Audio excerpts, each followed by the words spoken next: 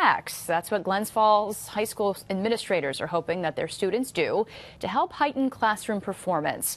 With a later start time, researchers are collecting data to see if extra sleep means better results.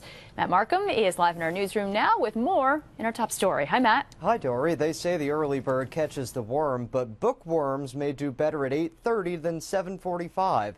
Glens Falls High School was about to finish its first year with a later day, with the district doing plenty of its own homework.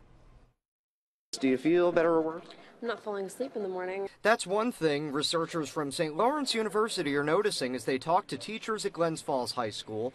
They say the kids are much more engaged in their early morning classes, with an alarm clock and a period bell ringing later than they used to. The middle school students are on the same start time, and that would be an easier transition, because I remember when I was in 8th grade and came to 9th grade, it was a little tough to get up earlier. Attendance is better as students sleep on average 20 minutes longer.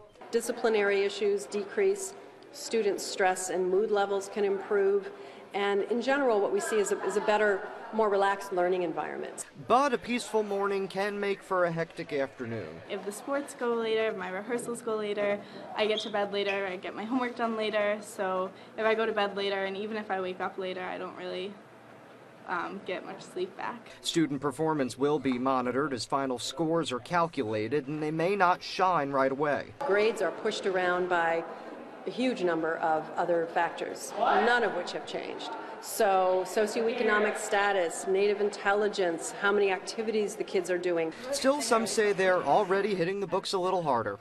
I do my homework more often than not now, because really I have no excuse. I can do it in the morning if I'm too tired at night.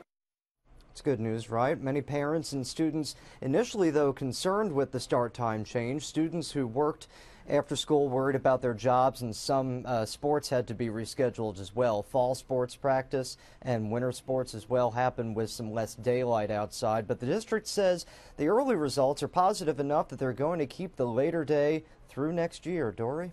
Well, it certainly is interesting to hear from the students themselves how they think this is all going so far, and I'm sure we're going to wait to see the overall results. But have other schools already looked into possibly doing the same thing? I called around to a couple of them, and the ones that I spoke with say that in their meetings it does come up now and again. Bethlehem's assistant superintendent told me that there has been talk about switching the high school and elementary school start times, but like the Shenendehowa district, which I also spoke to today, the concern would be over transportation of students and scheduling after-school activities. One administrator told me, though, it's not as much about the school day as it is kids getting to bed on time. So it kind of depends on who you talk to. Yeah, it certainly works on both sides of it, you know, the start and the end of the day. You got to be careful. So, That's true. All right, Matt Markham, live in our newsroom. Thank you so much for that live report.